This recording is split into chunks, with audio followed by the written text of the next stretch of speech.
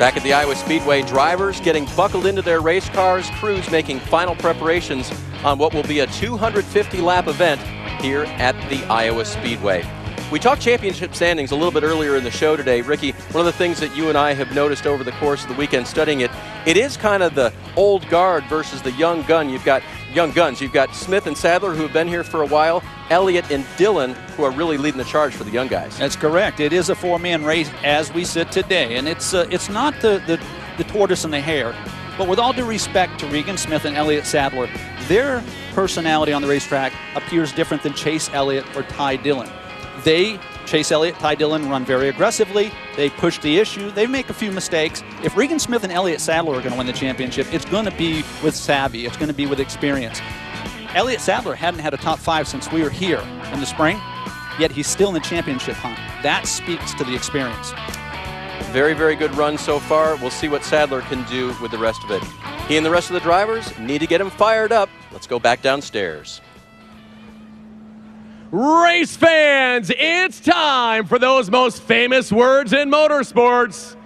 Please welcome tonight's Grand Marshal, Senior VP of Sales for U.S. Cellular, Ed Perez. Drivers, start your engines! Okay, fire her up. Got you, Keel. How about it, buddy? Got that channel 1 out. All right, fire it up. All right, bud, fire it up. Fire in the hole. You can fire it up when you're ready.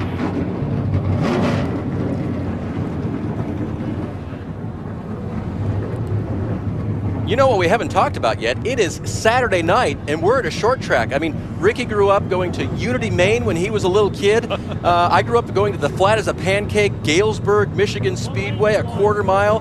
The Iowa fans, they love coming to this short track on a Saturday night and enjoying what they are about to see. So, for you at home, we've got some great shots all around the racetrack, and of course, on board with these drivers as well. We mentioned earlier, Brian Scott and Ty Dillon going for the Nationwide Dash for Cash along with Regan Smith. They've all got a Nationwide Dash for Cash onboard camera riding with them tonight. Trevor Bayne, as you might expect, he's got the Advocare onboard camera with him. Chase Elliott will carry the Napa onboard. Elliott Sadler will have the Goodyear onboard camera. Brad Keselowski will carry the Ford EcoBoost onboard camera. And Sam Hornish Jr., the winner from May, will carry the Toyota onboard. There's Ty Dillon. He is our in-race reporter. We will talk to him when we come back. Here's Ty. Don't forget the win at the Indianapolis Motor Speedway. A big, big day for him. Burnouts afterwards to celebrate. And of course, a little spray in victory lane never hurts.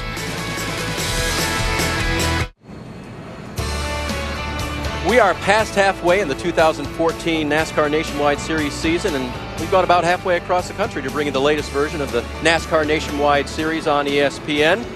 Dave Burns with you here, along with Ricky Craven upstairs, and Ricky's got a microphone in his hand. I believe he is going to dial up our in-race reporter, Ty Dillon. Yeah, I'm really looking forward to this. Ty Dillon, Ricky Craven, ESPN booth. You got us? Yeah, Ricky, I got you loud and clear. Ty, once again, congratulations on your win last week. It was an outstanding performance. I'm going to start with the mailbag this week. It comes from Melanie in Chicago, Illinois. Ty, you finished in the top 5 in the last 2 races, including your first win at the Brickyard. How confident are you that you can continue this hot streak at Iowa? Very confident. Iowa's a racetrack I feel like I can come at and be good every week. So, Danny and my guys will give me a good race car. We missed a little bit in qualifying, but our Bass Pro Chevy has been very fast. And hopefully we can just carry this momentum and go back to back. Ty, I watched you work awfully hard the last couple of days, and in the heat of the day, it looked like you were turning right, getting into the corner. How much will racing tonight under the lights, cooler temps, help your car?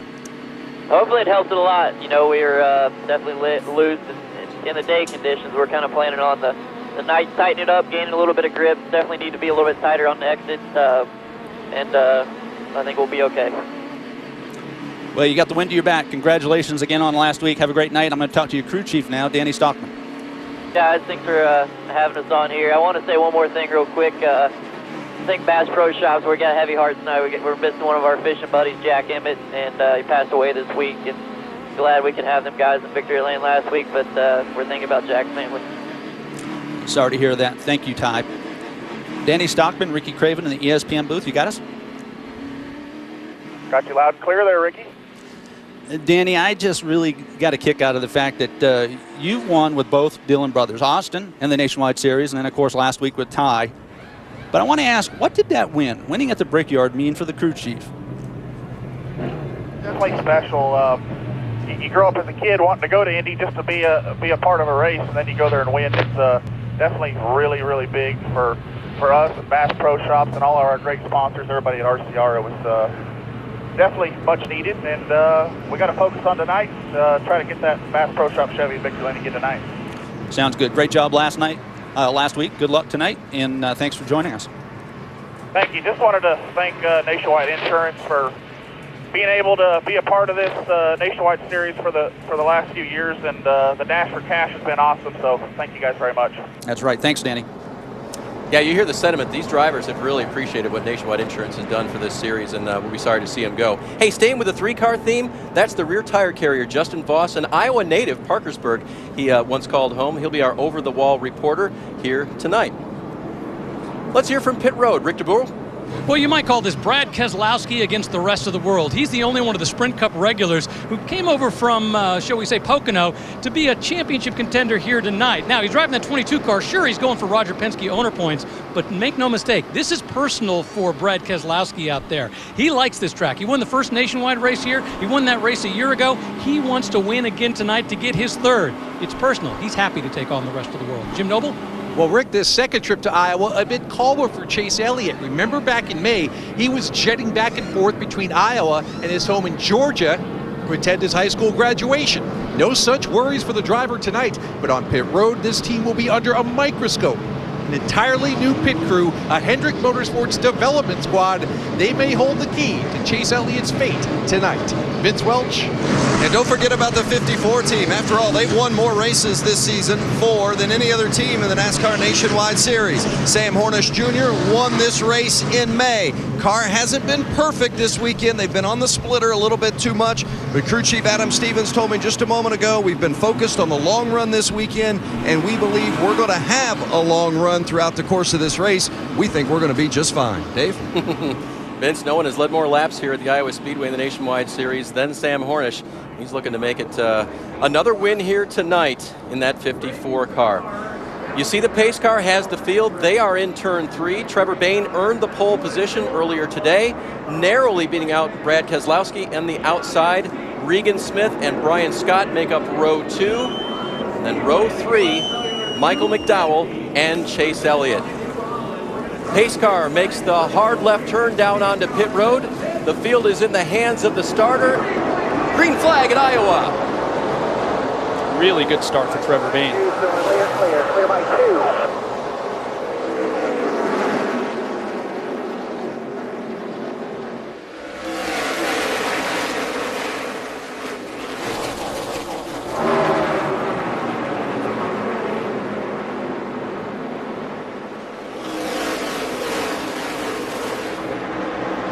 Good jump by Trevor to lead lap 1. You saw Chase Elliott go 3 wide for a moment, then ducking back in off of turn 2.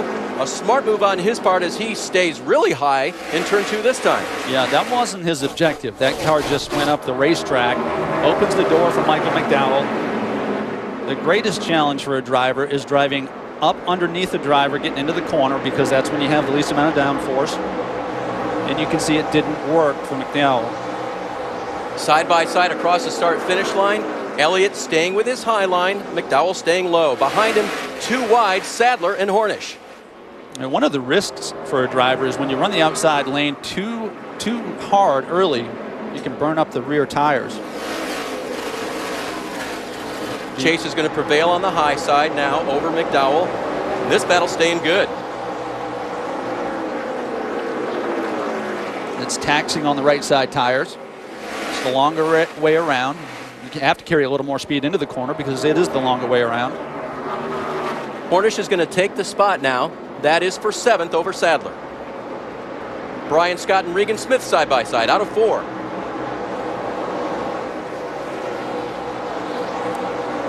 You spend the first half dozen laps kind of sizing up the racetrack. Then you spend the next half dozen laps evaluating your race car. And we're sort of getting into that transition now because after 6 or 8 laps, the field sort of separates. I tell you who's sizing up who. You can see on the side of the picture as we look at, yeah, that's right, the lead. Trevor Bayne sees Brad Keselowski in his mirror as Brian Scott now moves through the third. You hear that? On the gas, off the gas. That's a classic example of losing grip, lateral grip. You got 2 choices. You lift out of the gas or you run into the guy to your right. Chase Elliott's been to the high side. He's been to the low side. He's pedaled the throttle. You're on board with Sam Hornish. You know, there was a lot of optimism in the garage a couple hours ago. I went down after qualifying, and the 54 team, I talked to a few team members, and it was a bit of a mixed bag. You know, and that's sort of atypical for that team, that they didn't feel really, really good about what they had. So they might have their work cut out for them here. See how many cards they were holding by the end of the night. Sam, again, running in the 6th position, looking back a little bit further. It's a side-by-side battle. Dylan Kwasniewski on the inside in that 42 card this week. Yeah, they do the swap when Kyle Larson is not in a companion event to run the 42. Kwasniewski moves over there. In the 31 tonight is his teammate is Chase Pistone. If you love an underdog story, look at the 01 with Landon Castle. It's classic. Team is underfunded. They're underemployed, but they overachieve. Iowa native Landon Castle grew up racing right nearby here. Just out back, there's a go-kart track where he took some of his first laps as a racer. Of course, Landon trying to make a big difference here now in the NASCAR Nationwide Series. There's that 31 of Pistone to the right side of the screen. We talked about Chase. Ran here in May. Have another good run in the 31. You know, every one of these drivers sort of has a different objective. You look at Landon Castle, making a strong move under, getting in, carry some speed through the middle, but he's not able to finish it off the corner. Heading down the back stretch, you got to be careful you don't overdrive on corner entry or you're going to slide up. Get back to the gas sooner and you clear it. 14th for Castle. So every one of these drivers has a different objective. And you look at Pistone, and he's done such a remarkable job all weekend. He's the thinking man's driver. He just seems to, everything that he does seems to be well thought out, methodical. I think he's done a great job this weekend. Well, and to me, one of the most difficult things is to have a one-off or a two-off experience and drive it aggressively, because you know if you wreck the car, they might be a little bit ticked off about that. And you cannot see from his seat that there are no decals on the car, but you know the responsibility. Run well, finish well, try to get sponsorship. Chase Pistone running along in the 16th position. Another 6, that's the leader. He's led every lap here so far at the Iowa Speedway from the pole, which he earned earlier today. Come back and see if Brad Keselowski can chase him down.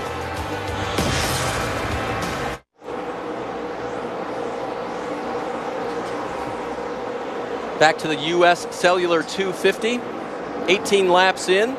This 250 lap event, just a tick over 218 miles to complete the distance tonight. And Ricky, our leaders have encountered a new challenge. Yeah, and lap traffic always forces you to be a little bit defensive.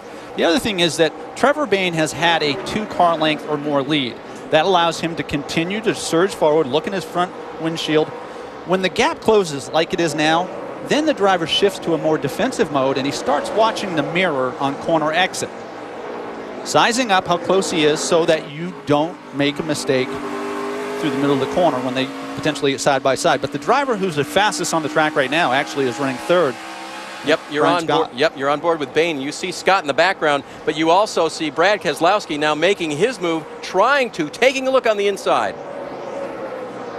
At the line, it's still going to be Bayne and another lap car up ahead of them. It's a lot like basketball where the leader can set a pick, and it comes with some risk, but that might be what Trevor Bayne and Keselowski are facing. Now they get around him. And Brian Scott has joined the mix right here. If Keselowski goes through, Brian Scott might just take advantage.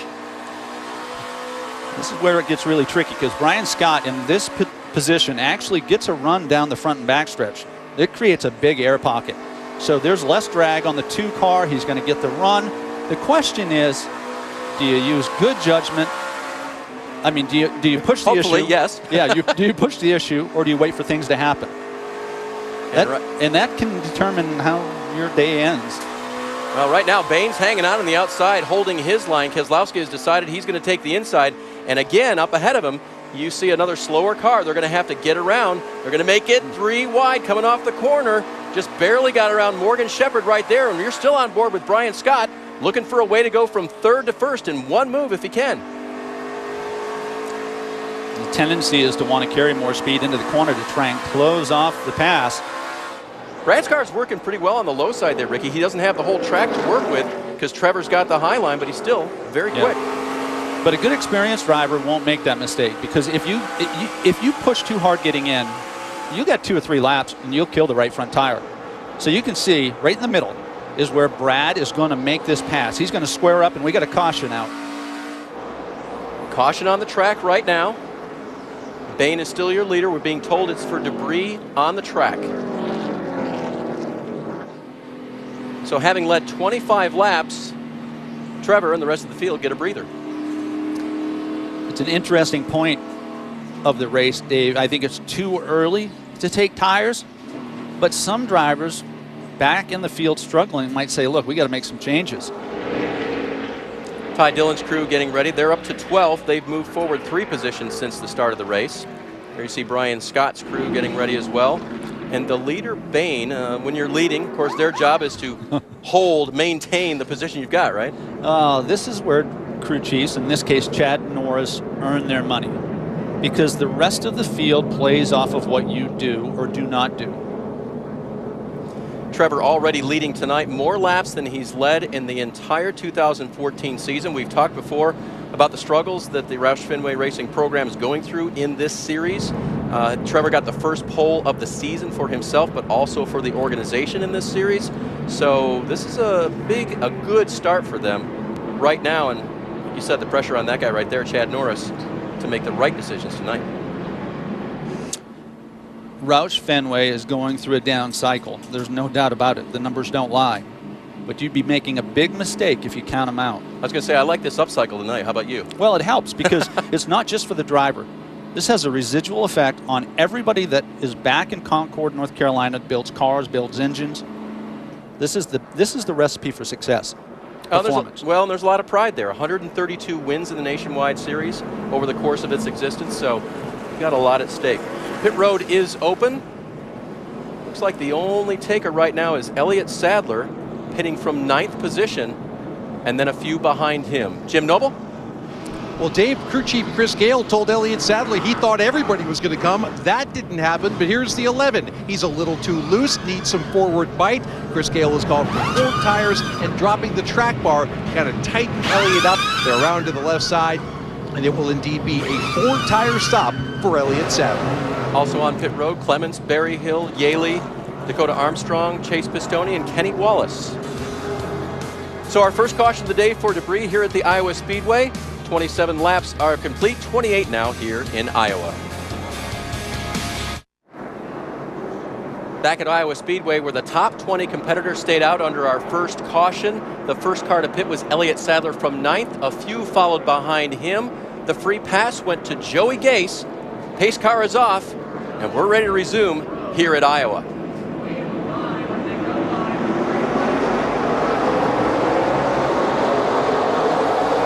by 2. Still there.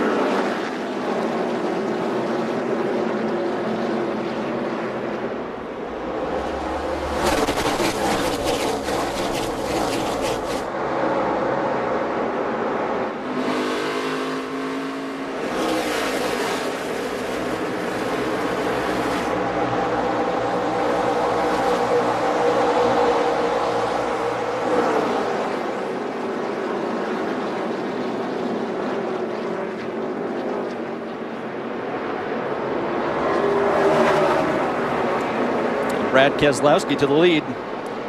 We saw Trevor Bain taking the outside in the restart, Ricky. You wondered about that. Was that the reason, you think? Well, you know, it's a gamble. This 30 laps into the race. Let's see what the low lane's like.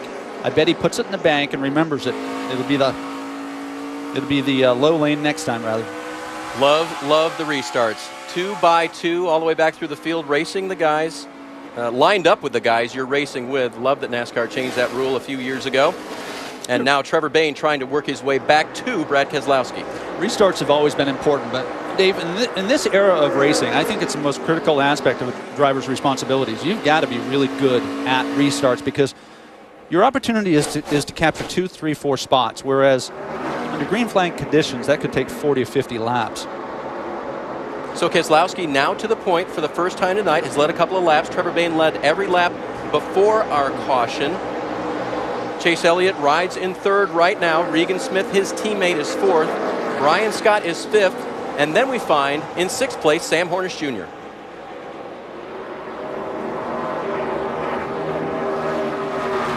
He's been about even with McDowell since the start of this race, Ricky, and Michael hasn't found a way by him, but Sam hasn't moved any further forward either. Yes, and we haven't seen any adjustments on these lead cars yet. And we have drivers that made pit stops that are bottled up in traffic, but we'll have to wait till that first stop for these guys. Vince, you got something on the 54? Well, they just haven't really found the balance. Certainly they didn't start off with it here today. A little bit too free in and on exit for Sam Hornish Jr. Adam Stevens assuring him they'll get him fixed up at the stop when they do come for changes, but assuring him also that his lap times are competitive. So despite the fact he's a little too free for Sam's comfort, speed has still been pretty decent. You know, if you're going to have a balance issue, you want free right now isn't a bad thing. It's certainly better than being tight, because as the track cools, you would expect it to get more grip, more weight toward the front of the car. It's gonna tighten up. So pick your poison. I'll take a little loose right now. All right, Sam Hornish again running in sixth. This is the battle for fourth right now. Regan Smith has it, and Brian Scott trying to work his way by. We saw Scott in the first run being one of the quickest cars on the racetrack. He lost some position on that restart. He did, and again, you know, once you lose the spots, the tendency is, or urgency is, to get them back real quick, and you can burn the right front tire off the car, just being too aggressive. Looking at the 11 on the right side of the screen as well, and the 3 of Ty Dillon. The 11 with those 4 fresh tires this time for Elliott Sadler. He restarted 21st and is all the way up to the 10th position now, so fresh rubber, obviously an asset for that 11 car. That was in just 8 laps he did that, Ricky. Yeah, I'm watching lap times. It's worth some. It's not as significant as I expected, Dave, but the longer we run, the more those 30 laps will show up on the cars in front of him. The more of a disadvantage it will be, of course. Ricky passing the 5 car now as he gets by him. And that this weekend, new driver in that car, Josh Berry, his first start in the NASCAR Nationwide Series, is the late model driver for Junior Motorsports. Junior has a late model team, and Josh is doing a good job so far. He is doing an outstanding job. And how new is he to this? The guys told me earlier he's never made a pit stop. How about that? He's never made a pit stop. And you think about all of the things you need to learn to become a successful NASCAR driver. We're going to be watching that pit stop. He's going to get a chance. Those pit stops will be coming up maybe at the next caution for the leaders. The leader is Brad Keselowski. He won last fall here, going for 2. He now leads Trevor Bayne.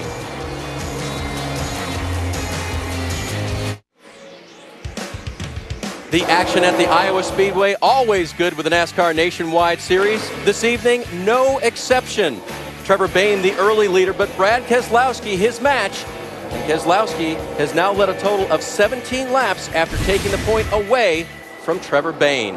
There's Bayne riding in second position. And Chase Elliott, who before the last caution where they decided not to pit, had a little intel for his crew. I'd actually gotten to where I was a little bit on the free side, in and off. A little still kind of waiting on the nose in the center, but the entrance was still manageable, but the exit was starting to free up a little bit. I'm talking like just dead in the center. I mean, it seems like when the nose is loaded up the most, just need a little bit of front turn. So there's the info. Ricky, what impresses you about this kid as he starts to look over Bayne for second? Everything. I mean, but period. But specifically, great drivers have a greater tolerance than their competition. And we got another caution up in turn 1 and 2. That's Tanner Berryhill. His car is slowed to a stop between 1 and 2. Can't tell if he's lost the power. because he's moving around a lot in there, flipping switches, and almost looks like he is taking down the window net. Yeah, so he's got something terminal. Maybe he had wall contact. He was 35th, already 4 laps down, so not a great night for him, but it just got a little bit worse. Glad to see Tanner is okay. Frustrated, I'm sure.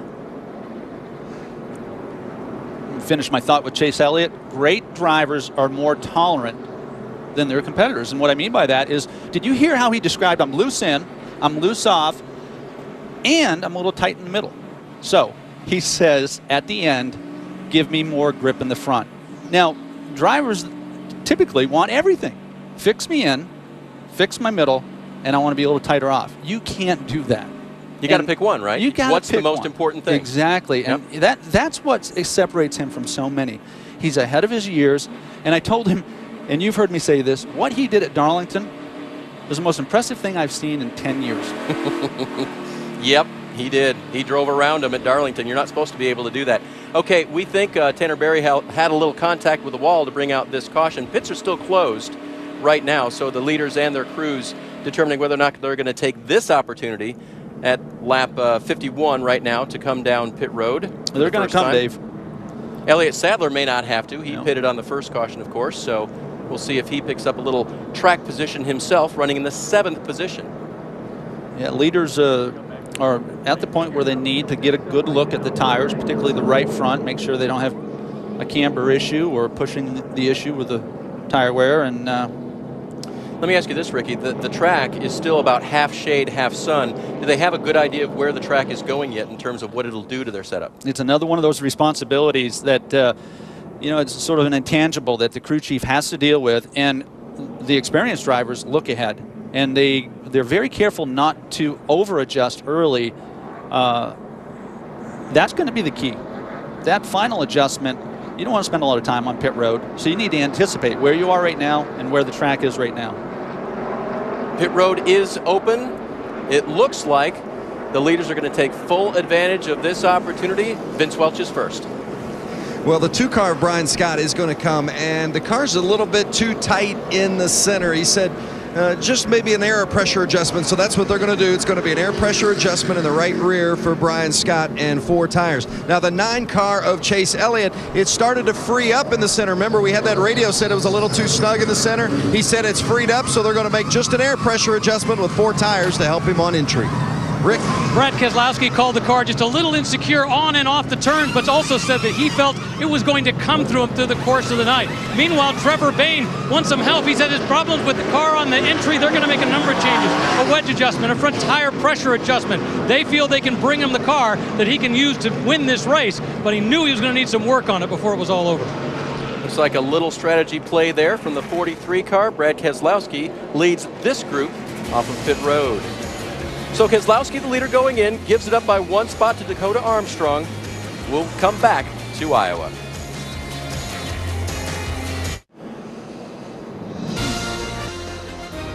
Back here at the Iowa Speedway, 5 drivers who had pitted earlier stayed out under this caution, but there was a lot of discussion in the 11 camp.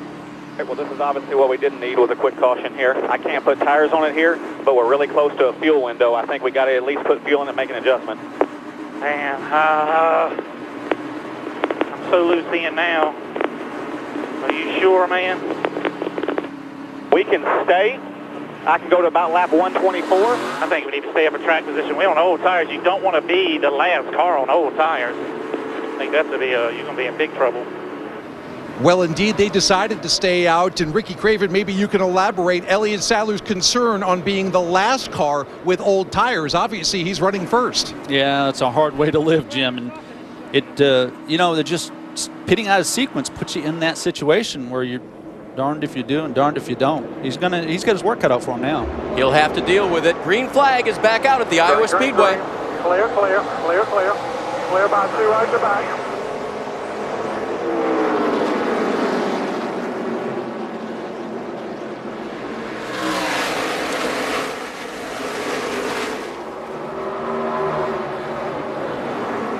Saw 1 car way up the racetrack, that being the 93, and he's got it collected again.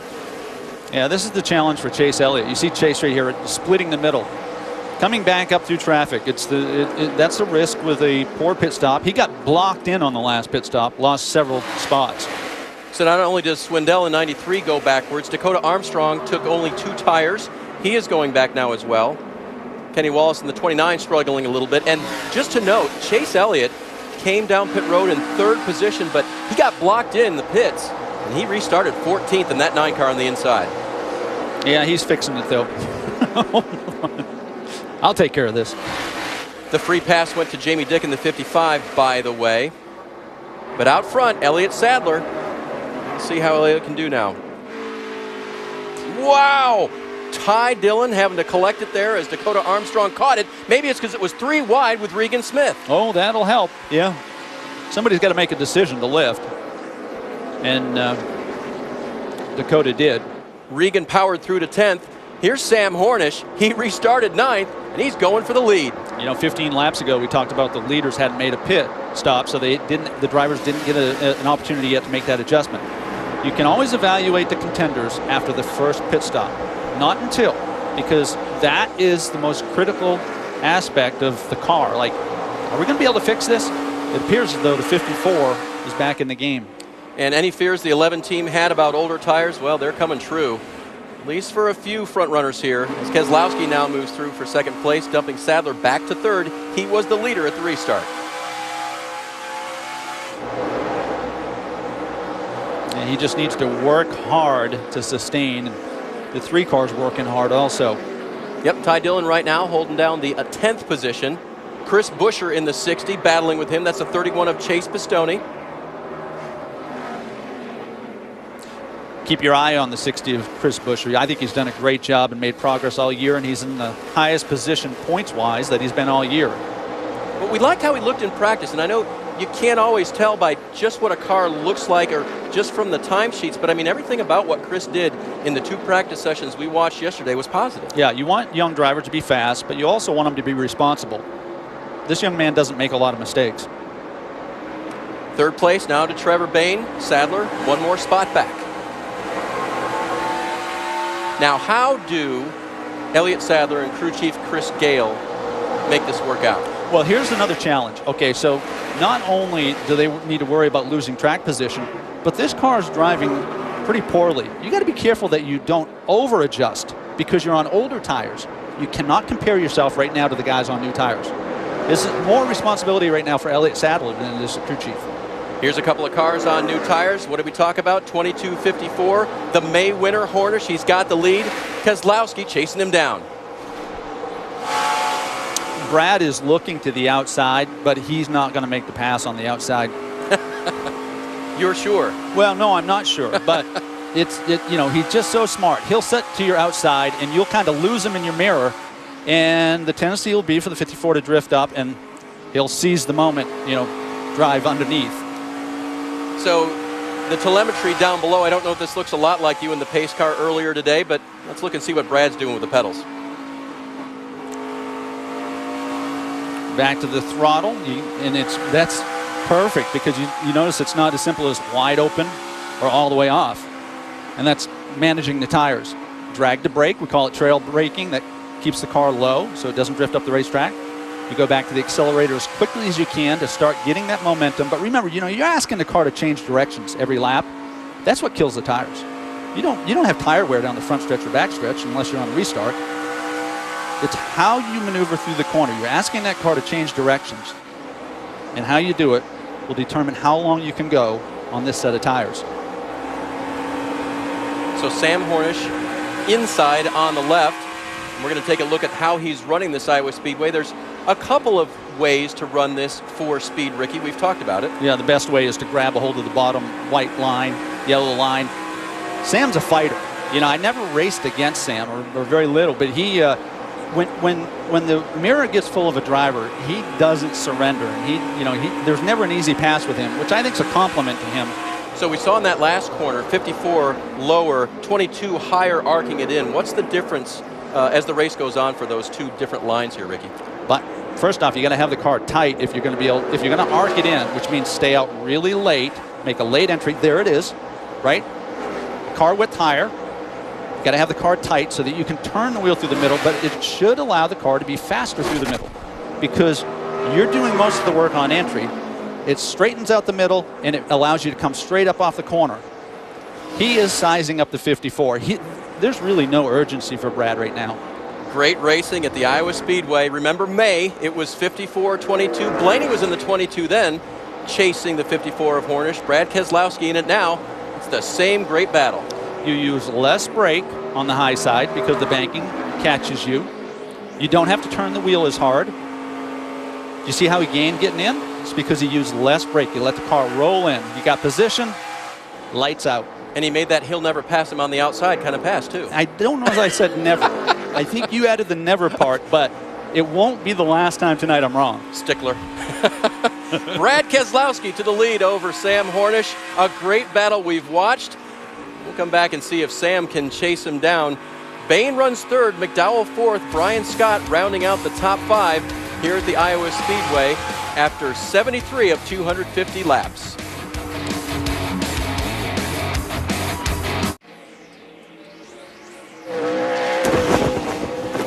The Dash for Cash consists of 4 events. We've had 3 big winners already this year. Smith with the 100K, Brian Scott at Chicagoland, he took home the big check. And then last week at the Indianapolis Motor Speedway, Ty Dillon won the race. He won the $100,000, and he won a lot of hearts the way he drove at the end of that event. Brad Keselowski leads after 81 of 250 laps here at the Iowa Speedway. Let's go up to speed with Nationwide Insurance. Here's Rick DeBrule. And let's talk about the 4 cars that are in the midst of the Dash for Cash, and that's the leading car in this championship right now. The number 6 car being driven by Trevor Bain, currently in 3rd. Remember, he started on the pole. He had some issues with the car during the first run. They was pretty happy, though, as a result. He's having some problems with going into entry. He said the entry is better now. The team definitely knows they're going to do well in terms of bringing the car ultimately where he wants to be. They just got to get to that point. But once again, he's running 3rd right now, Vince. Well, running in the 5th spot is the 2 car of Brian Scott. He's already collected one of those $100,000 Dash for Cash checks already this season. Looks to get another one tonight. Car's a little bit snug in the center. This is a team not only looking for Dash for Cash money, but also still looking for their first Nationwide Series win. They've been hanging around the front a lot this season. They're bound to get it sometime soon. Rick? Regan Smith, car number 7, also in the Dash for Cash, also happens to be running in 7th position right now. He was talking about the car is loose coming into the turn, tight in the center of the turn. Talking to him before the race, though, he made the point that the car did well in practice on older tires. They feel comfortable that as the runs get longer, that the car will do well. Jim? Indianapolis winner Ty Dillon has surged in this middle part of the season. It might have something to do with his choice of seat. Ty has ditched the carbon fiber racing seat for old school aluminum. Since it gives him better feel, crew chief Danny Stockman says it gives Ty much better feedback in order how to tell Stockman how to set up that race car. Right now, though, running in 8th place, Ty Dillon, loose. He cannot get back to the throttle quick enough right now, Dave. Good luck to them tonight. 3 of the 4 have won it already this year. We'll see who can win the Dash for Cash tonight at Iowa. Leaders, meanwhile, back in traffic, Ricky. The 22 of Keselowski and the 54 of Sam Hornish working it. Keselowski has continued to be the fastest car on the track. Brian Scott, a little ways back, is putting down some really good lap times, and Sam Hornish is legitimate. They've made that 54 car better. Here's Bain. You heard in the up to speed, the Dash for Cash. He is running in the 3rd position. McDowell now chasing him down in 4th, looking pretty good in the 20 car. He's doing it quietly, isn't he? Yep. I mean, he's just keeping his nose clean. He's not bringing a lot of attention to himself, and he's running top 5. I don't think anybody's raced here more than McDowell. He ran an ARCA race back here when it opened in 2006, so he's been coming here a long time. So Keselowski leads, Hornish chases. Back here, others who pitted with them, can they find a handle on their race cars to get further forward and challenge?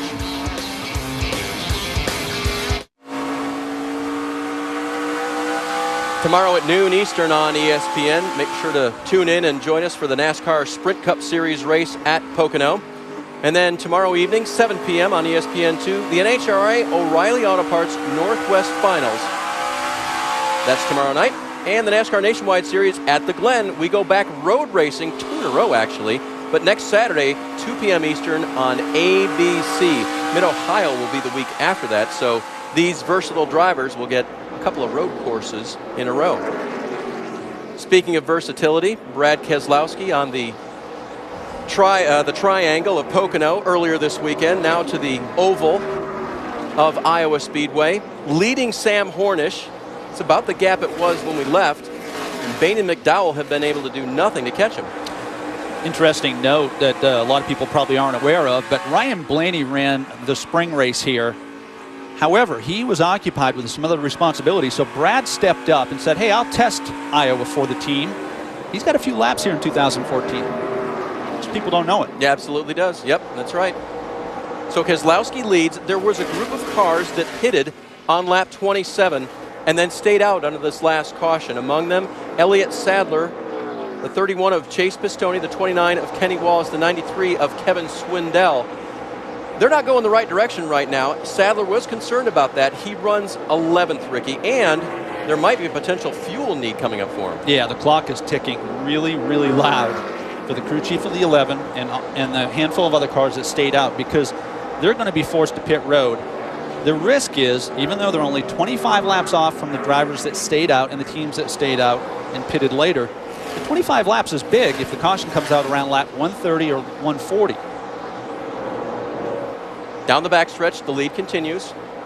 Hornish sizing up Keselowski, working through the traffic. Ooh, a little tight off the corner. He would have liked if the 93 had surrendered, so he could have drifted to the wall. Meanwhile, on your right, Trevor Bayne in the 3rd position and McDowell in 4th. They have been going through some heavy traffic. They're cleared out right now, but I was watching them a lap ago out the window here, and man, oh man, dicing through this lap traffic. Dave, you mentioned earlier about how much will the track change. It's going to change dramatically, and that's the advantage to being out front. You can give better information to your team out front in clean air than you can if you're behind another car, because again, it's sort of misleading, right? You don't know how much of it's the car, the track, or the conditions, the circumstance.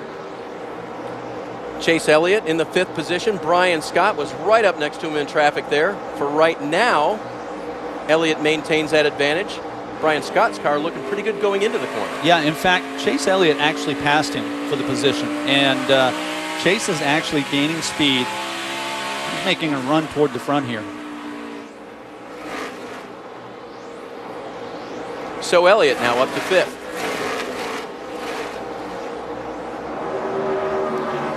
Yeah, there's so much to appreciate about this young man. And I had a great conversation with Greg Ives about him, and this is the ultimate compliment. You know, he compared him to Jimmy Johnson. He compared him in that he doesn't overthink the race car. He concentrates on wanting to be fast. He says one of the greatest strengths of Jimmy Johnson is that he wants to go fast. He doesn't care what the team does to the car. In fact, he might not even want to know. That is a tremendous advantage for a crew chief. We mentioned that Chase was behind Brian Scott. Here's how it happened. And it was in lap traffic, Ricky. Yeah, this is all instinct. And why do I say that? Because this is crowded.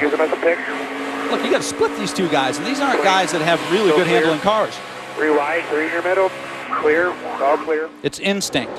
In other words, if you think about that, you probably wreck. If you missed our countdown show, of course, we brought up the fact that Greg Ives there on the right will be moving to crew chief the 88 car for Dale Earnhardt Jr. in 2015 in the Sprint Cup Series. And Chase Elliott on the left is going to try to win a championship. They're going to stay together throughout this year. And as we heard, trying to stay focused on the task at hand before they move on to next year. In my opinion, you will not see Greg Ives back in the Nationwide Series, period. I look at him the same way I looked at Paul Wolfe 5 years ago. Dale Earnhardt Jr., congratulations. I'm telling you what, I don't know how many years you got left, Dale. If it's 5, it's 10. They're going to be really, really good. This guy is outstanding, and he's so good that this will be the last time you see him full-time in the Nationwide Series. That's my view. And he knows how to sport a championship ring. He's got 4 of them, being an engineer with Jimmy Johnson. I would say during his heyday, but I think we're still in the Jimmy Johnson heyday. Back up front, Brad Keselowski continuing to hold off Sam Hornish here at the Iowa Speedway. Pit stops coming up for some of our competitors when we come back.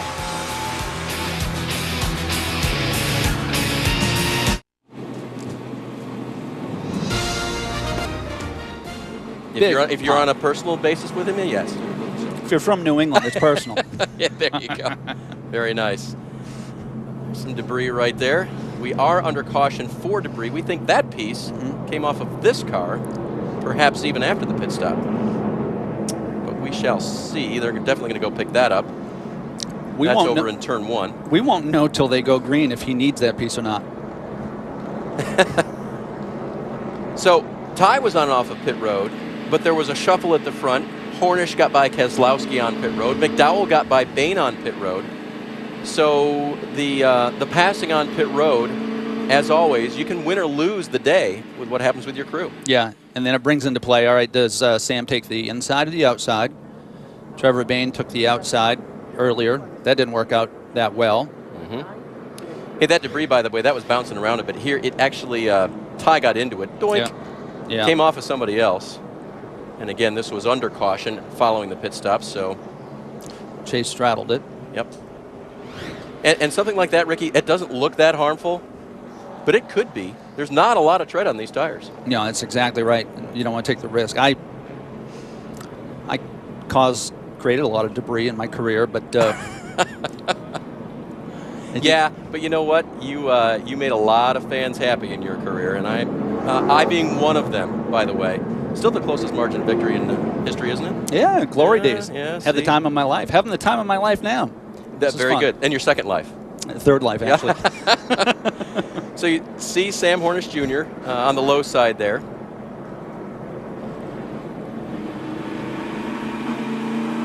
Take a look at where our mid-race leaders have fared by the end of the evening. You know, there's typically a window of 2/10 for a team. When they arrive at a racetrack, you can either get 2/10 better or 2/10 worse. But, you know, typically when you arrive, that's what your window is. This 54 team has come a long way. They didn't unload like they were in the spring. And I'm really impressed with how good a job they've done and the fact that Sam hasn't overreacted. I think it's set up here that we're going to have a great battle between he and Keselowski toward the end. And a good omen for him that the only driver who went on to become the leader or the winner of the race after leading at the halfway point, Ricky Stenhouse Jr., he won 3 times. So that could be good news for Sam. Okay, let's talk about it. 116 out of 250 have been completed. So we're getting close to the halfway point. Sam Hornish Jr., leader, he's chosen the inside. We saw one leader earlier choose the outside. That didn't work out so well. Brad Keselowski to his outside. Second row, McDowell Bain. Third row, Smith and Ty Dillon. Fourth row, Dylan Kwasniewski now moving up. And the 9 of Chase Elliott. Green flag back out at Iowa. Second gear, third gear, high gear going into the corner. As long as you don't spin the tires, the inside lane should prevail.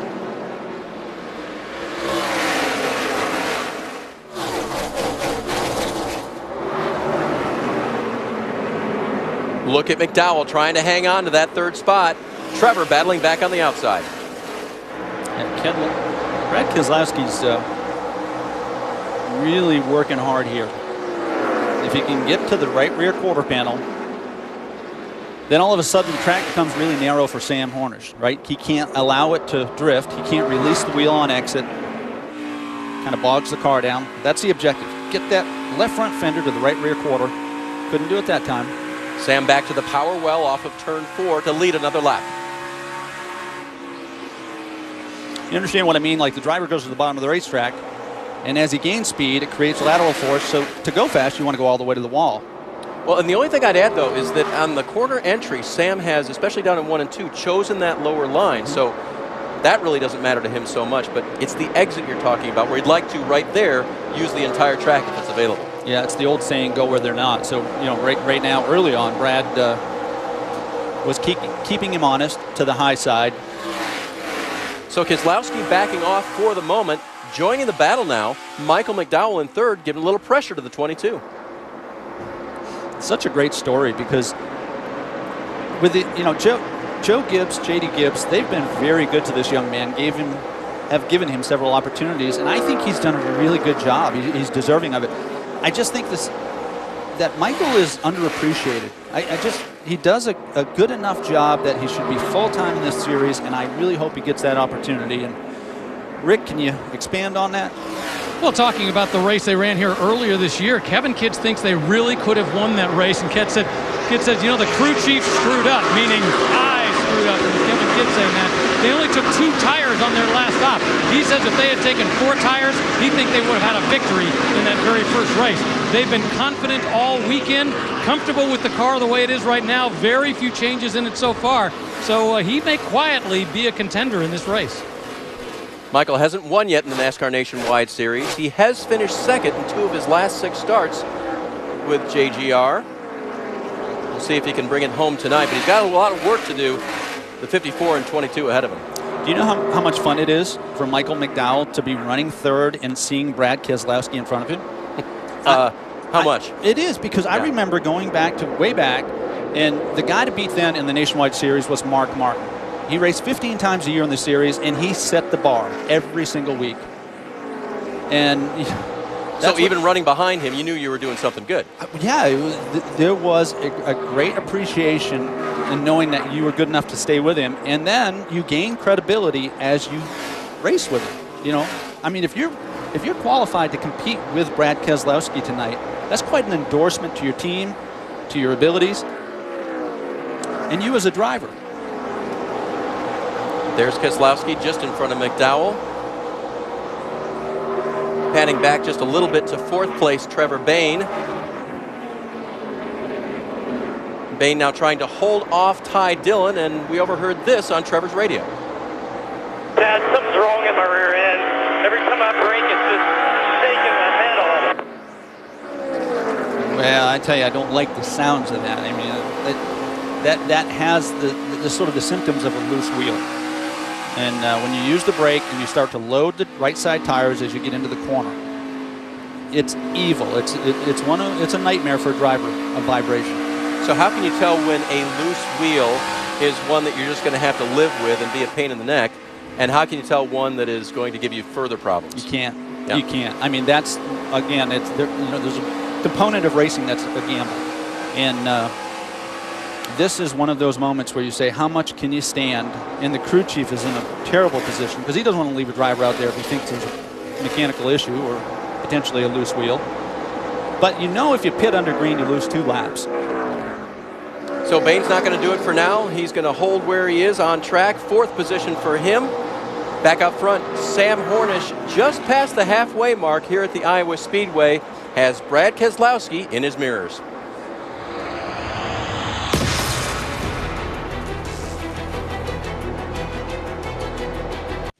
One of the most successful seasons ever for females in the NHRA Mellow Yellow Drag Racing Series. Courtney Force entered elite status 1 week ago, becoming the winningest woman ever in funny car history. This week, she returns to the scene of her first national win, Seattle, Washington. Tomorrow at noon on ESPN, make sure you tune in the NASCAR Sprint Cup Series at Pocono. And stick with us on ESPN2 tomorrow night for the NHRA O'Reilly Auto Parts Northwest Nationals Finals. And next Saturday, we'll head to Watkins Glen to show you the NASCAR Nationwide Series at the Glen, another road course for these guys. Saturday, 2 p.m. Eastern on ABC. Speaking of Pocono and the Cup boys, Brad Keselowski starts inside row 2, Ricky. Yes, he does. Couple of really good young drivers on the front row. Kyle Larson, Joey Logano. Brad's had a great year. He swept the weekend series twice. Maybe again this weekend. And they got that qualifying thing down. We're finding out about Team Penske. Yes, that's true. By the way, Landon Castle, who is running in the 10th position, 13th right now here tonight, he will start 32nd at Pocono tomorrow as well. Our other double duty driver between the Sprint Cup Series and Nationwide this weekend.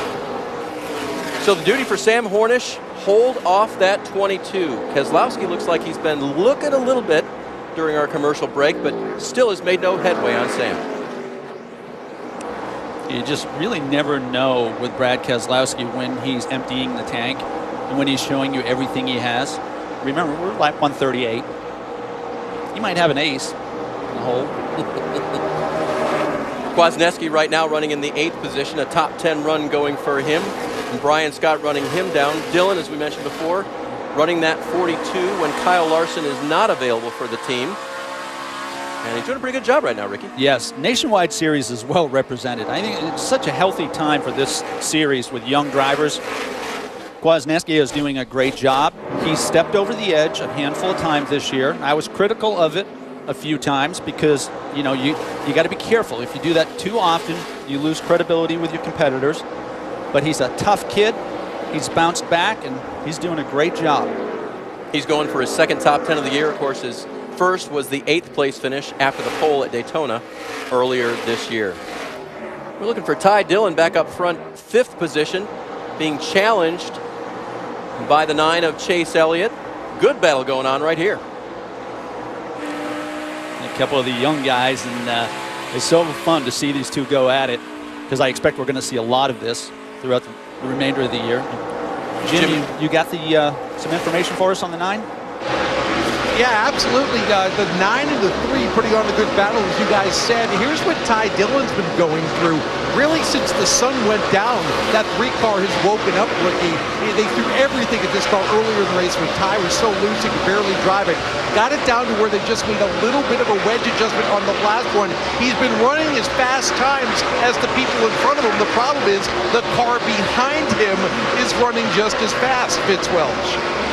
Well, the 9 has not been quite as good from a balance perspective as they would hope, but it hasn't been far off. In fact, just a couple of air pressure changes, so they've been close, but just haven't had the track position and the speed at this point in the race to move up any further than where they are. You see, kind of running between that 3rd and 6th area, but no major complaints from the rookie Chase Elliott so far. Pretty solid night on the 9's behalf. So 5th and 6th, young drivers, as you mentioned, Ricky, doing battle back in the pack. Leaders in heavy traffic, as it happens here as often as every lap at the Iowa Speedway. 7/8 of a mile, so a lot of action in a tight space for these guys as well as the leaders. And we give so much attention to drivers because we're obviously, they dominate our attention, but the pit crew members right now, the emphasis is on a excellent pit stop because I'm watching lap times. The 3 and the 9 are worthy of leading the race, but they got to have a great stop. And they at least got to sustain. They can't lose spots on pit road if they're going to have a chance to win this. Ty working to the inside of Jeffrey Earnhardt. Earnhardt right now running in the 29th position. Well, you can see the bumps from the racetrack. You watch the attitude of these race cars. And you know, the driver, as he's making laps all weekend, he's downloading all the information, all the nuances of the racetrack onto his hard drive. And he retains that. He has markers on the racetrack, his turn-in points, his braking points. You're fastest if you can get around these bumps, but sometimes you just got to go through them. And one of the keys here at Iowa is to go through turn 1 and 2 and have your wheel straight over the bump. If you have your wheel turned over the bump, that's a hard way of doing business. Try it sometime, right? At 150 miles an hour. No, I did. And it ended ugly. So Ty Dillon back in 5th. Here's the lead, and it has been in heavy traffic. They've been duking it out with the lap cars. Keselowski just looking for his opportunity with Hornish. It's really fun for me because I'm watching Brad, and I just don't think that he's showing his whole hand. He's racing as if we're going to have a long green flag run, and he's working. Don't get me wrong. He's got him in his sights, doesn't he? Yes, he does. And of all the drivers out here, Dave, he's the only one that's really mastered this high line. Been able to capitalize on it. All night long, Keselowski running, except when there's been a lapped car to block him. As you say, been running that high arc in and staying to the outside in those corners. I just really appreciate Sam Hornish. When some other drivers would surrender, say, you know, all right, let him go, I'll be better for it. I mean, he just fights for every lap. And I think an element of that is that he doesn't have a full-time job. And I think that Sam deserves a full-time job. I think he was second last year in the standings, for goodness sake. Well, and I figure if the normal driver of that car, the regular driver, is Kyle Busch, they'll set it up to be run hard every single lap. So Sam should be able to put that 54 to the test tonight. How about the pressure that goes along with stepping into that 54 car. I mean, Kyle Busch is Kyle Busch. And the most successful driver in the Nationwide Series. And I think Sam has represented this team very well. Well, 2 of Sam's 3 wins here were in part-time seasons, so let's see if the driver of the 54 can get it done here again tonight.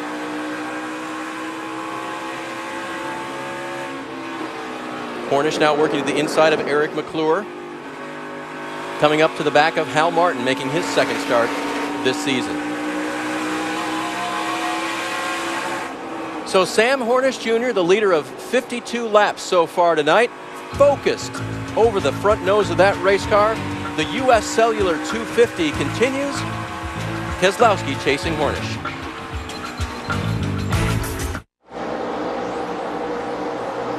Sam Hornish continues to master the Iowa Speedway and the competition in that 54 car. Now having led 59 laps, Keselowski's led 61, so Sam's about to catch him on that point. He's going to go underneath Ryan Sieg and put him a lap down. When Sam won here in May, it was a day race. And he had that visor that shields the sun. Tonight, we get a really good look at those eyes, Ricky. It's priceless. So as he's going down the backstretch, he's looking for his marker, his turn-in point, where he wants to put that left front tire. He goes back to the accelerator, coming up off the corner. See the eyes go to the right? Just confirming that he's clear so he can release the wheel, let the car drift to the wall. The spotter covers your left rear, typically, and you take care of the right rear.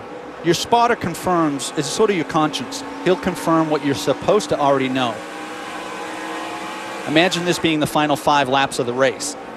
This is where you earn your money. This is what separates good from great. Check the mirror, let it drift. You're coming down the front stretch. You got a lap car in front of you. Has he been preferring the high side? Okay, I already made my mind up. I'm going to the low side. Back to the accelerator, but not clear. Spotter saying outside. Check the mirror. You know you're going to be clear. Clear. It's great stuff.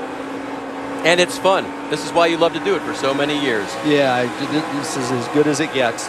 Vince Welch is covering the 54 tonight. Vince says we look underneath, Vince. Take a look. Yeah, indeed. Hornish being challenged, and Keselowski's been poking his nose around the outside, but this time peeking on the inside. One thing that Hornish says is working with the car right now, he feels like he's got some pretty good drive off. Maybe that's one of the reasons Keselowski hasn't been able to get around the outside, as Hornish says that the car right now is working pretty well as he gets off the corner. Crew Chief Adam Stevens just told him a few moments ago, 40 laps on the tires. Take care of it. Still a long way to go. Thanks, Vince. Now he's looking to the outside. This is awesome. It is outstanding. And you know, the only way this works is if you have trust in one another. Keselowski motoring high, motoring by, and he's going to take the lead from Hornish. Sam made him earn it, and Brad Keselowski has more respect for Sam than he did 15 minutes ago. I mean, that's a little bit tongue-in-cheek, but honestly, that's how you gain credibility in this business. Took him 48 laps of working that 54 car to try to get around him, and I think, as you said, maybe holding a few cards back, but being patient for sure. As you said, trusting the driver you're racing with. Good stuff here at Iowa. Hey, getting back to that onboard shot we saw with Sam, did you notice he never blinked? Yeah, I suppose you probably got to blink at some point, right? But maybe when the 22 passed, maybe he took time to do it then. When you're at your best, everything around you slows down, and you are ahead of the car. The car doesn't surprise you when you are at your best. Now, I've been at my best and I've been at my worst, and when you're at your worst, you feel like the car's driving you. The car does surprise you.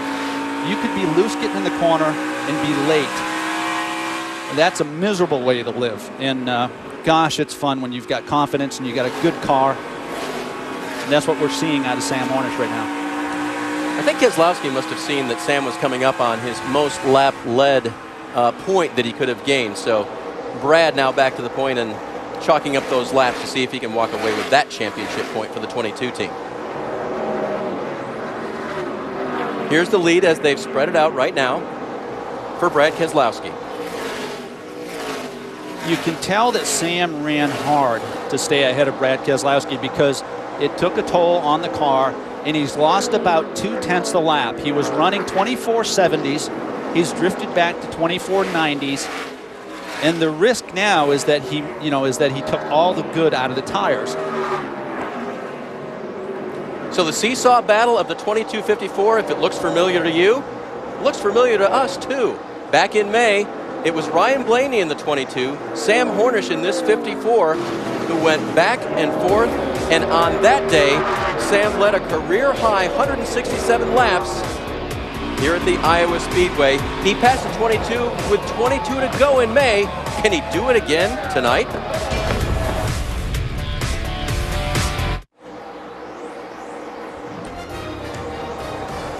Moon's out, not a cloud in the sky. That's the kind of weekend we've had here. It has been really, really nice weather-wise. Sorry if it's rained where you are. We're having other weather issues, but the fans have enjoyed a wonderful weekend here. And another great battle between these two great drivers, Ricky. Yeah, and their first and second place finishes, well, quite a history, isn't it? Really is. And of course, this race last year, Brad Keselowski prevailing over Sam Hornish Jr. So Kes, with that on his mind, we'll see if he can keep that up, as we're now in the longest green flag stretch of the night, 61 laps since they've last been on pit road. Dave, we got about 12 laps before you see some drivers hit pit road. Green flag stops are never easy. They're completely different than pitting under caution, obviously. This track is a little challenging because of the banking and the separation down to the apron. Pretty severe. Getting onto pit road. Yeah, getting on. Blowing the car down from, what, 120 in the corners to pit road speed, which is 40 miles an hour? Yeah, and we're racing at night, and you gotta get the driver's attention behind you. You gotta wave him off, and that's really difficult to see through these tall spoilers in the back. Then there's a lot of opportunity for trouble because you got to obviously monitor pit road speed, but you got to wait until you get to turn 2 to blend back in. There's a double yellow line. Once you hit that double yellow line, you can blend in. Last August we did not have green flag pit stops. This May we did not have, but last June we did have some green flag pit stops as Dylan Kwasniewski moves up the racetrack a little bit, loses that car a bit. That gives Brian Scott a chance to challenge for 8th. And he's got it.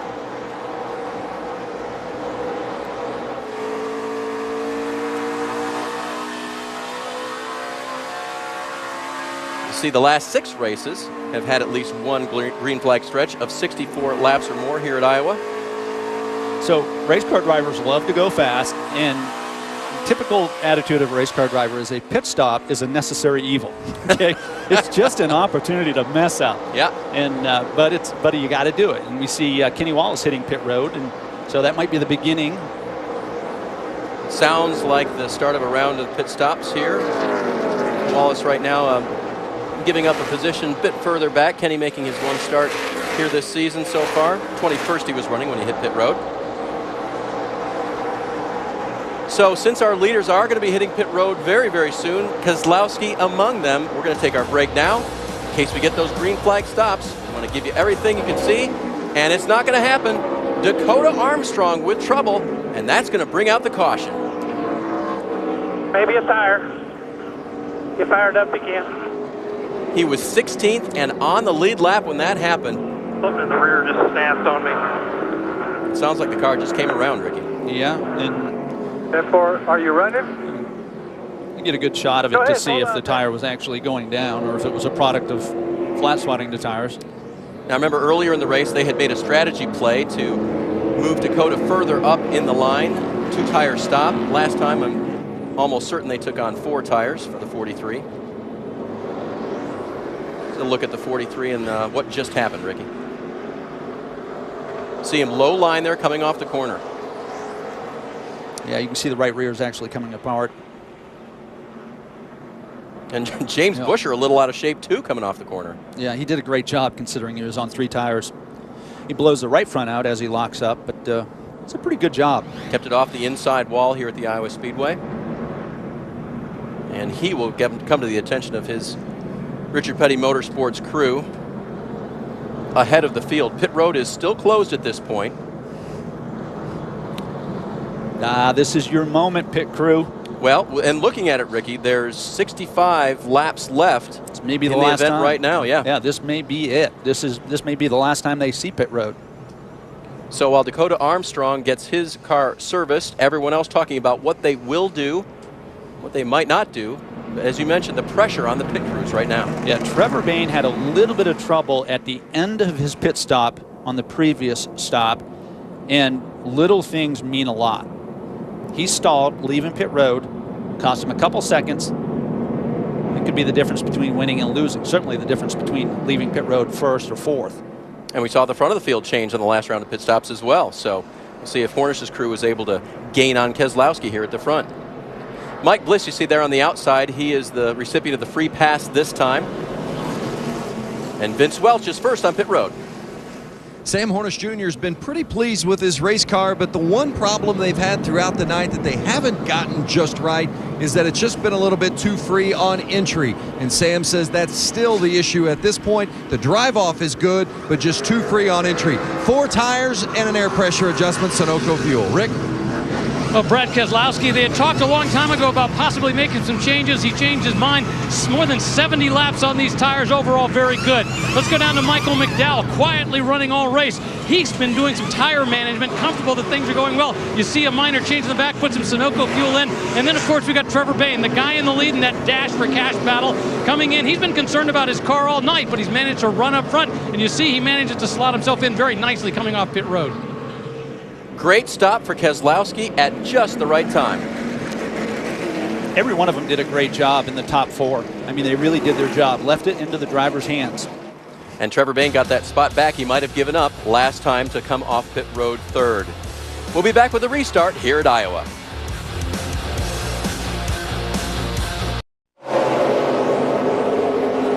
Green flag has just come out at Iowa. Leader Keselowski holds his line over Sam Hornish.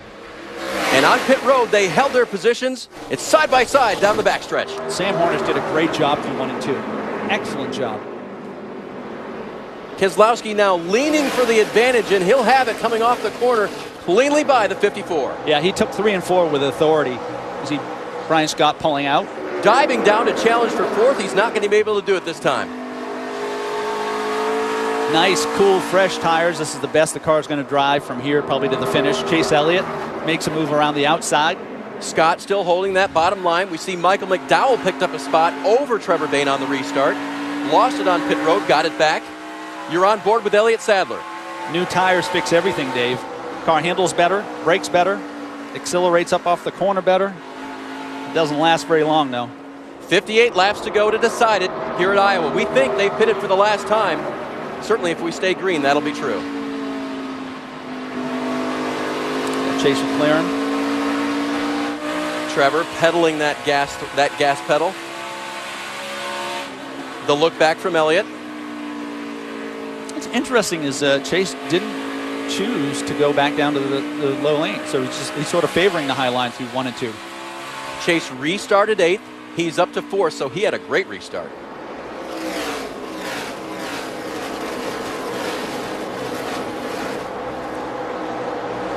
Regan Smith has been quiet tonight, but he's climbed up to 7th. And did Sadler's crew make an improvement to that 11 car right behind Regan Smith? The 11 of Sadler battling with Kwasniewski. There he is. Kwasniewski gets a position for now. Dave, we're entering the dog days of summer. One of these drivers is going to have to step up and say, hey, this is my title. I'm going to take it.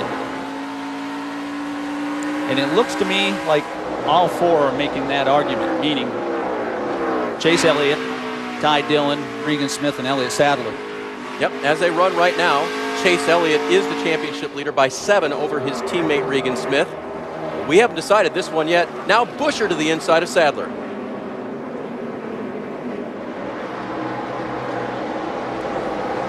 Chris Buescher in that 60 making his way through. Ty Dillon's in the 9th position. Buescher takes over 10th. Ooh, a little loose on the entry. Oh, you see that? Bobble right there. Castle trying to take advantage off of 2. This is a great save because anytime you get loose, you have to turn right. Landon Castle's going to move through now and take over that 11th position from Chris Buescher. His car is hard to drive right now. Yeah, he's going to pay for heating up that right rear tire, at least for a few laps. Back up front to 5th. Brian Scott to the inside. Trevor Bayne trying to hang on the outside.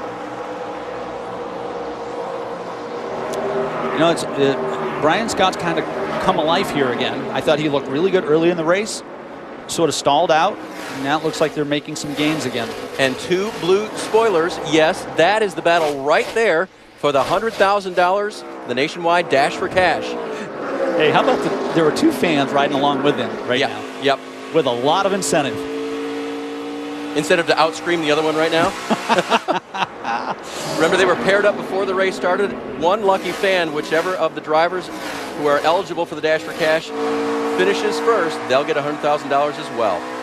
What a night. Yeah, these guys have been riding side by side long enough that cars are going to get a little edgy. And don't think they don't know, obviously. This is what they're racing for. Of course, Brian Scott still looking for that first win in the series. That would be big for him, but that check is not bad either.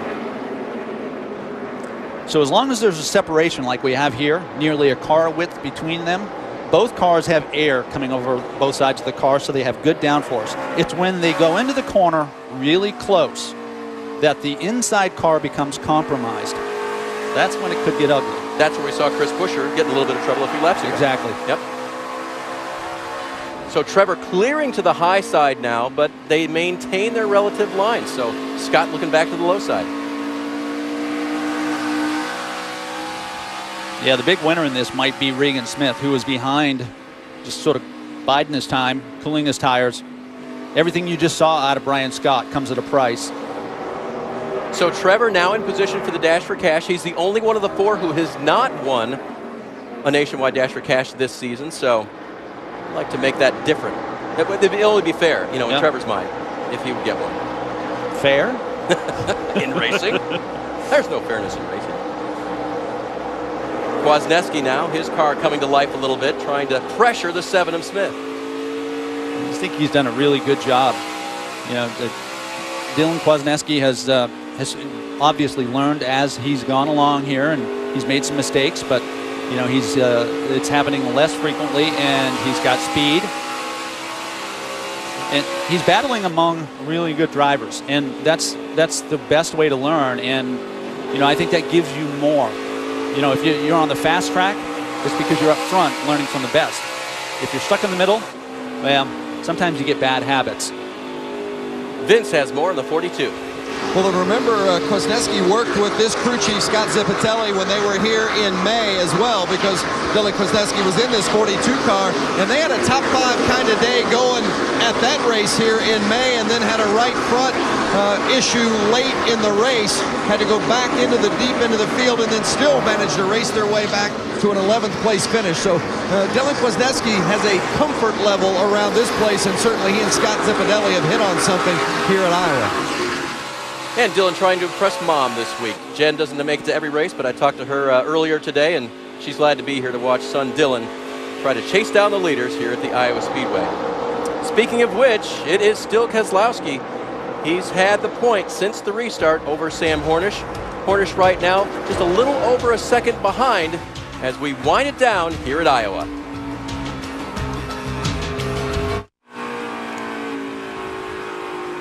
Welcome back to the NASCAR Nationwide Series at Iowa. The U.S. Cellular 250. NASCAR fans can visit NASCAR.com/green to learn more or make a donation.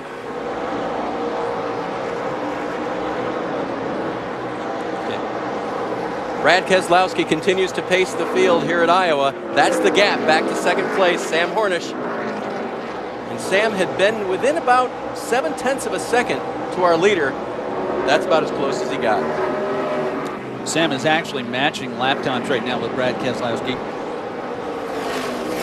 So with 40 to go, we're reaching a point where, you know, you just air it out. Yep, and we've talked about how much did Keselowski have left. Well, he proved it by passing the 54 on track. 54 did get by on pit road, and Sam has had a great race car, but right now, the 22, the class of the field. Yeah, and so if he continues with this separation, 8-10 car lengths, Sam will be forced to come off the bottom of the racetrack and move around and just try to find something different, something that nets speed. Not that you want to, but that's just the hand you're dealt. There's Michael McDowell running in third. He grabbed that on the restart from Trevor Bayne. So McDowell having a fine run tonight, again in the 20 car. The 9 of Chase Elliott runs in the 4th position. He had a fantastic restart, picked up a lot of spots, and that's put him in a good position here. You love to see your driver at his best when it matters the most, and that's the last quarter of the race. That's a trend you've gotten from Chase Elliott pretty much all year long. Trevor Bayne running in 5th right now, the highest running of our Dash for Cash eligible drivers. Bayne's had a good night, started on the pole. He led 31 laps. Right now not able to quite chase down the leaders. Brian Scott has now moved back to the 6th position in the 2 car. We saw him racing side by side with Trevor a few laps back. That battle has ended for the moment. Brian hoping his car will come in the late laps here and he can gain some spots back. Regan Smith looking for a championship take here at some point. He's, as they run, 7 points behind Chase Elliott and runs in the 7th position. Just getting around Dylan Kwasniewski. Kwasniewski running in the 8th position. Mentioned earlier, working with his team car this weekend instead of the normal 31 for him. And then back to Ty Dillon in the 3. And Ty's had an interesting evening. Hung the lug nut on the last pit stop, Dave, and lost several spots. Came in 5th, went out 12th. That's tough late in the race. Jim, you got more on that? Yeah, Ricky, you're absolutely right. Ty Dillon just disappeared, running 5th, as you said, and really with a good car that was getting better all night long. And then the pit stop, they were slow on the right front. That threw off the timing on the left front. And you mentioned that hung lug nut. Ty Dillon immediately got on the radio to Danny Stockton and said, all right, Danny, figure out how we can get some track position back. But there were going to be precious few opportunities, maybe no more opportunities to do so. Challenges of this sport, Ricky. So good last week. Beat the Cup drivers at Indianapolis, and then this week struggling. Yeah, you're tested every week. You know, the great thing about the sport is that every 7 days you get an opportunity to either redeem yourself or back it up. And this isn't what they were looking for, the 3 team, but they can hang their hat on having won. I mean, in this world, it's about winning or losing. That does make a season. Running behind Ty in the 10th position. Let's call it effort paying off. Took the trouble to go all the way from Pocono out here to Iowa. Did land in Castle along with Brad Keselowski. And it has paid off, a top 10 run for this team. And that's a good night for them. Back up front, Brad Keselowski handily taking care of the field right now. The distance, just less than half a second though. So Sam Hornish still within striking distance of Keselowski here at Iowa.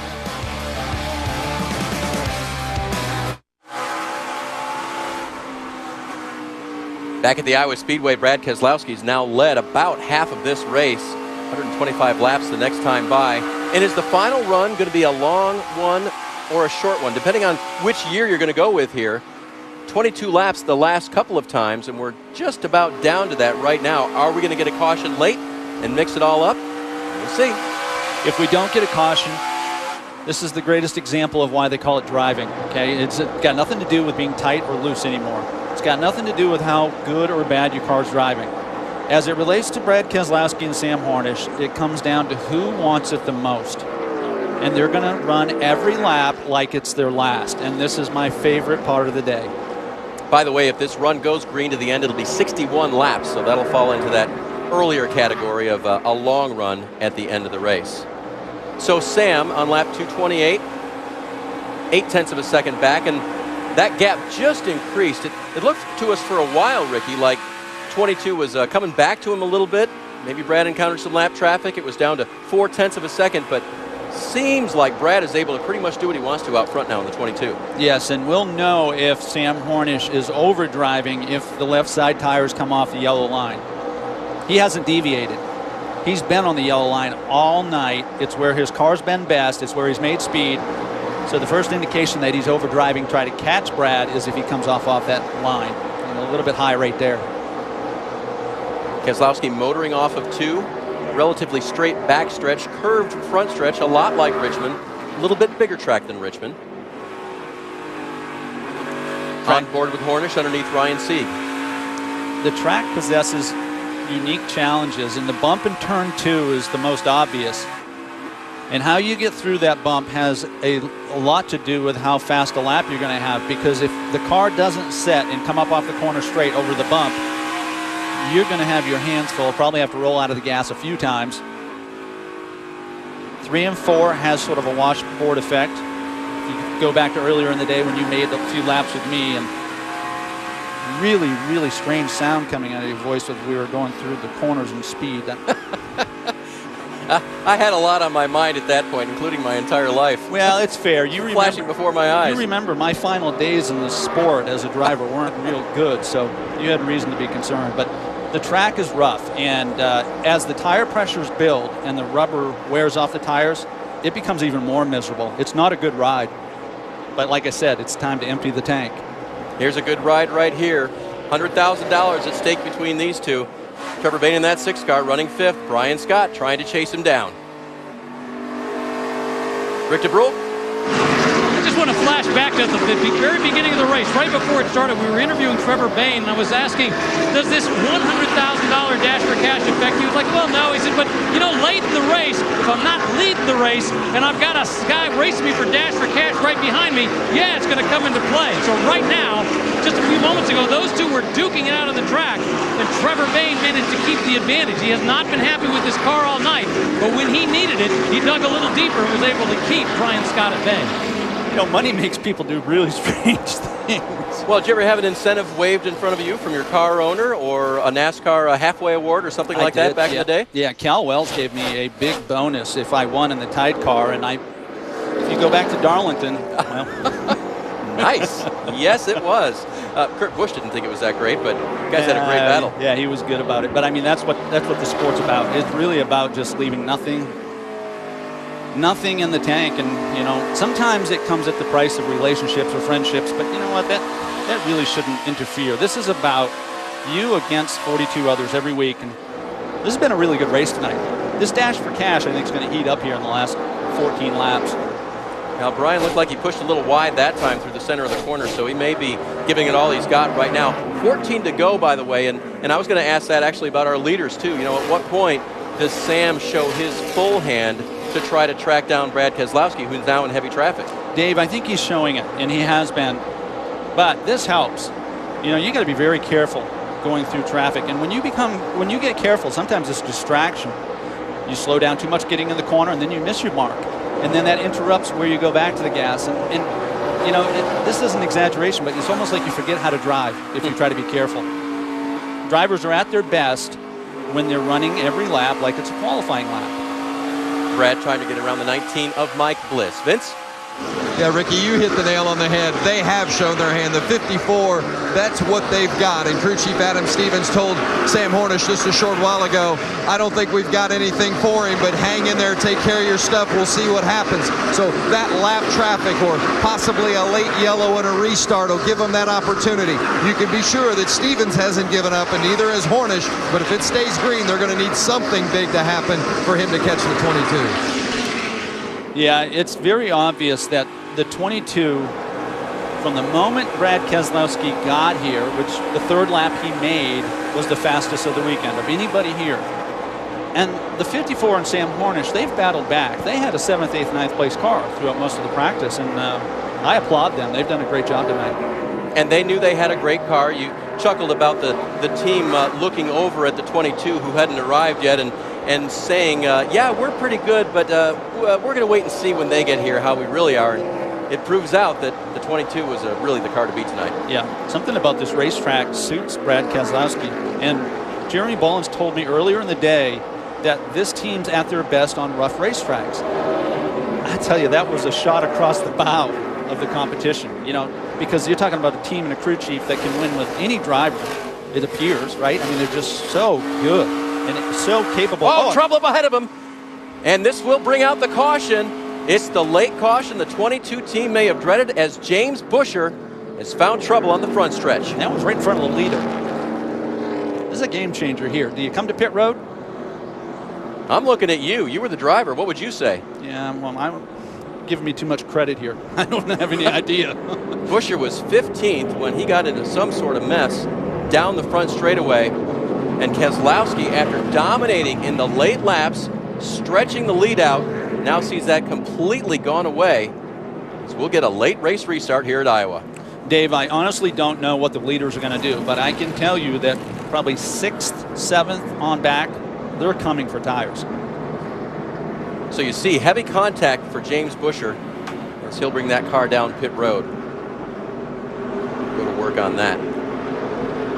So in the late laps, Ricky, you've got to focus. Well, let's just take a look and see if we can see what happened.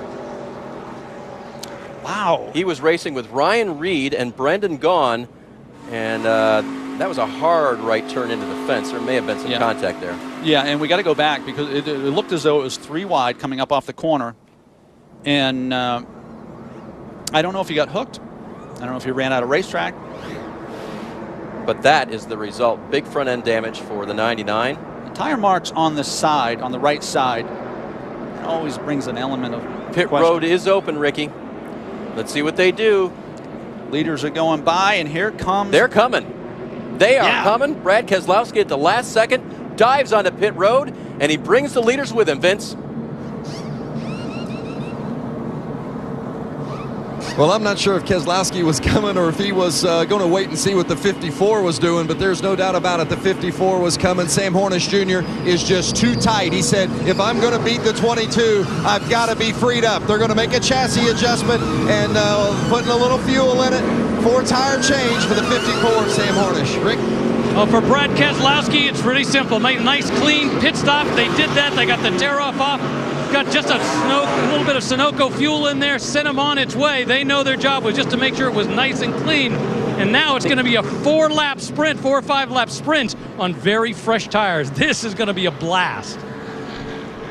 This is going to be really interesting. Sam Hornish got 4 tires, and he left pit road 7th.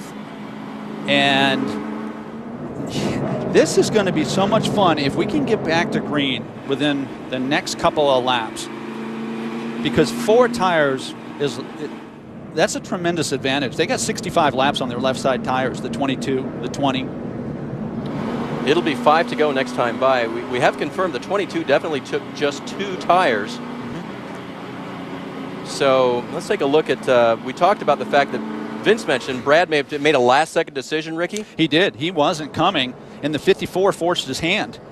Now, you have to decide right there where the tape was. And I don't know if the left sides need to be under or the right side. 2 on or below the orange box. That is the rule by NASCAR, so really they're calling it good at this point for Keselowski. Well, that was heads up because that was as close as it can get. He takes 2. 54 was pitting just behind. They stuck with their plan, took 4. It's going to be some great racing. You're going to see some 3 wide racing here at the drop of the green on the restart. But you had to believe that Bullen's move was keep the clean air we've had. And we know the best way to do that is to spend less time on pit road with just 2 tires. Well, it's also the most compromising position to be in. When you're the leader, I mean, in a lot of cases, the car that's been second best all night will do what you don't, or do the opposite. And straight up, it didn't appear as though the 54 could beat the 22. So can he beat him now with 4 new tires? Well, and here's the biggest problem. So many cars pitted between the 2 of them that only took the 2 tires. So McDowell, Bain, Brian Scott, Regan Smith, Ty Dillon, they all played strategy. At least most of those cars played strategy and put the 4-tire stop of Sam Hornish Jr. in even further peril. Yeah, the track's wide enough so that Sam Hornish can find a lane. But to your point, Dave, he's going to have some distance between himself and the leader. I think 4 new tires is worth 3/10 a lap over just 2. Sam has the inside line. You can see him back in the 4th row there, inside of Landon Castle in that red 01. Lights are off on top of the pace car. Lap 247 will go this time by, so there'll be 3 to go. When the leaders get the green, Michael McDowell to the inside of Brad Keselowski, Trevor Bain and Brian Scott in row 2 to decide it here at Iowa. Green.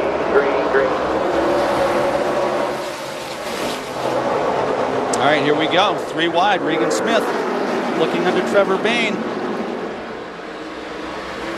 Michael McDowell to the lead off turn 2. It's a great story. McDowell holding the lead into 3. Here comes Keselowski back on the high side. Oh, McDowell bobbles. Keselowski's by. Michael did a great job there. Lost the right rear of the car, drifted up. They didn't make contact. He's not going to surrender. Trevor Bayne making it interesting. And here comes Sam Hornish. Sam Hornish on the 4 tires will be through to 4th. McDowell trying to hold off Trevor Bayne for 2nd. White flag this time by. 1 lap to go for Brad Keselowski. Can Trevor Bayne make it through? Hornish still stuck in 4th. Doesn't look like there's enough time, Ricky. No, but Sam will get to the back of these cars going into 3. Look at the guys in front of him. McDowell loose again underneath Trevor Bayne. He's going to make the pass, but here comes Hornish. We're going to be 3 wide here. So 3 wide to decide 2nd. Brad Keselowski is all alone in 1st. And from Pocono to Iowa, Brad Keselowski will win. Mission accomplished here, guys. Nice job. Thank you, everybody. It's a privilege to drive for this team. I mean that. Thank you. What a great run to the finish for Keselowski. What a great battle for 2nd between McDowell, Bayne, and Hornish. Driver with the fewest laps run in practice. Saved his best for last. I think this guy's going to be good someday. Brad Keselowski to victory again at Iowa. Remember how happy he was to win the first race they had here in the Nationwide Series.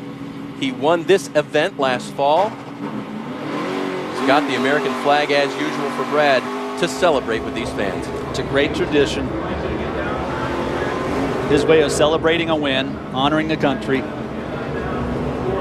He does so much through his foundation for veterans in this country, and so appreciative of the freedom that he has. And this is the way that he tells them every time he goes to victory lane.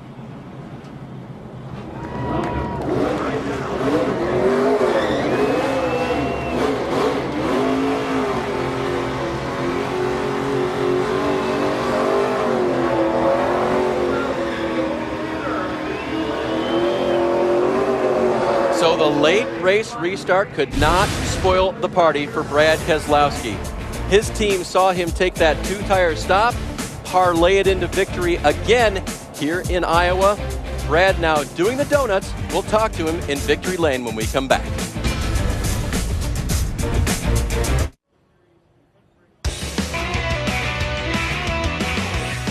Brad Keselowski celebrating again at the Iowa Speedway. His 3rd win here after a bookending of sorts before we came into tonight's event. And he really put a stinging on him tonight here in the Nationwide Series. So Brad now parked in victory lane. You see the grandstand there to welcome him in, and always a fun time down there to unbuckle everything and get your thoughts together and realize what you've done here. Again, Brad making the trip from Pocono when he's running the Sprint Cup race to come all the way out here and win another one for the captain. Let's head down to victory lane. Well, Brad Keselowski unbuckling everything very calmly, kind of the way he ran most of the race. Well, that is up until the last 3 laps. And they definitely didn't have to give this guy directions on how to get to victory lane. His 3rd victory here at Iowa.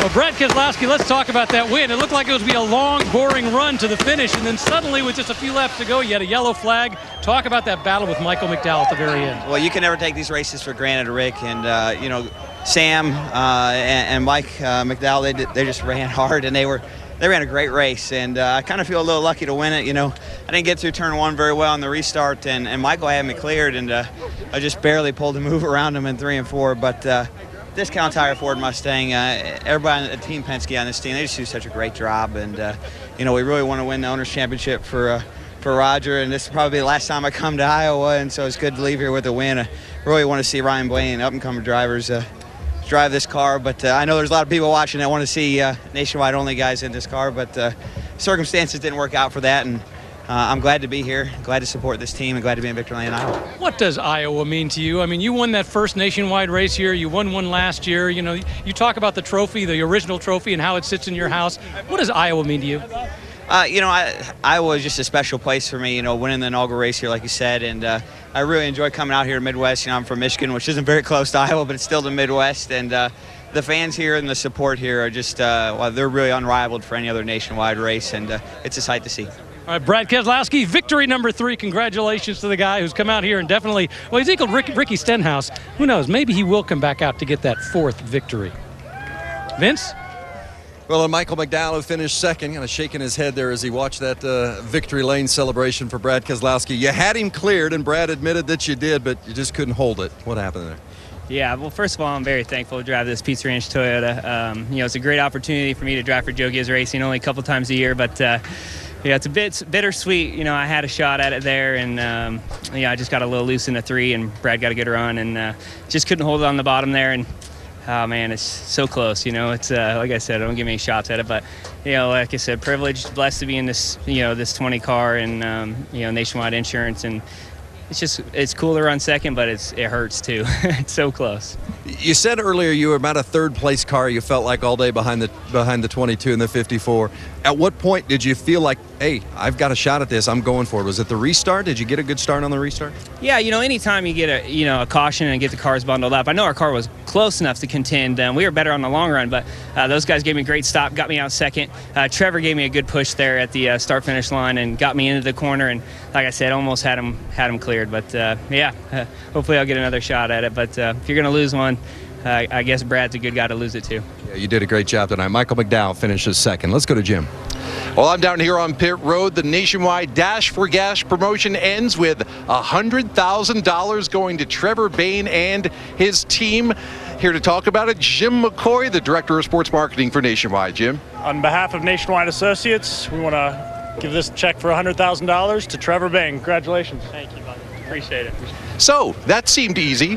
That was quite a battle at the end, and I know you picked up a lot of positions at the end. I saw you walk over to Michael McDowell and tell him something. What did you tell him? Yeah, well, first of all, I didn't really want to see that caution. We weren't very good at the end. We were just too tight on the short run, and at the end I could kind of gain some track position. The 2 was battling me hard, and on that restart there were a lot of light blue spoilers sitting there for the Nationwide Insurance Dash for Cash, and I didn't know if we had enough to hold them on the short run, but we were able to pick up a couple spots. Got a really good restart. I was a little worried that the 2 was on the outside of us. He was going to be able to pull behind the 22, so I just pushed the 20 with all I had, and he got to the lead there, and Michael and I are really good friends, and I know he was beating himself up a little bit, but he was doing everything he could. His car was really loose, and it was all we could do with this number 6 Advocare Mustang. Just got to thank my guys for a really good car this weekend. I feel like that's the most in the game we've been throughout a weekend with qualifying and a race, and this Advocare team doesn't give up, and we'll keep fighting. I know you also won $100,000 for James Dennis of Illinois. Go ahead and wave. You're a rich man. Let's send it over to Dave. How about that, Jim? And a great night for James. Very, very good to see the Nationwide Dash for Cash go that direction. All right, NASCAR Sprint Cup Series tomorrow at Pocono, noon Eastern on ESPN. Then the O'Reilly Auto Parts Northwest Nationals Finals tomorrow, 7 p.m. on ESPN2.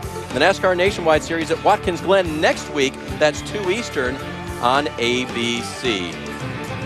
Coming up next, Sports Center. And Ricky, seen a pretty good sport tonight. Yeah, we got what we expected from Brad Keselowski. Michael McDowell did a great job. Trevor Bain helped his points situation. Had a great night here, Dave. And as we see Brad celebrating in victory lane, he'll take home the trophy. Trevor Bain takes home the trash. We'll take home another fun evening here at Iowa. Thanks for joining us.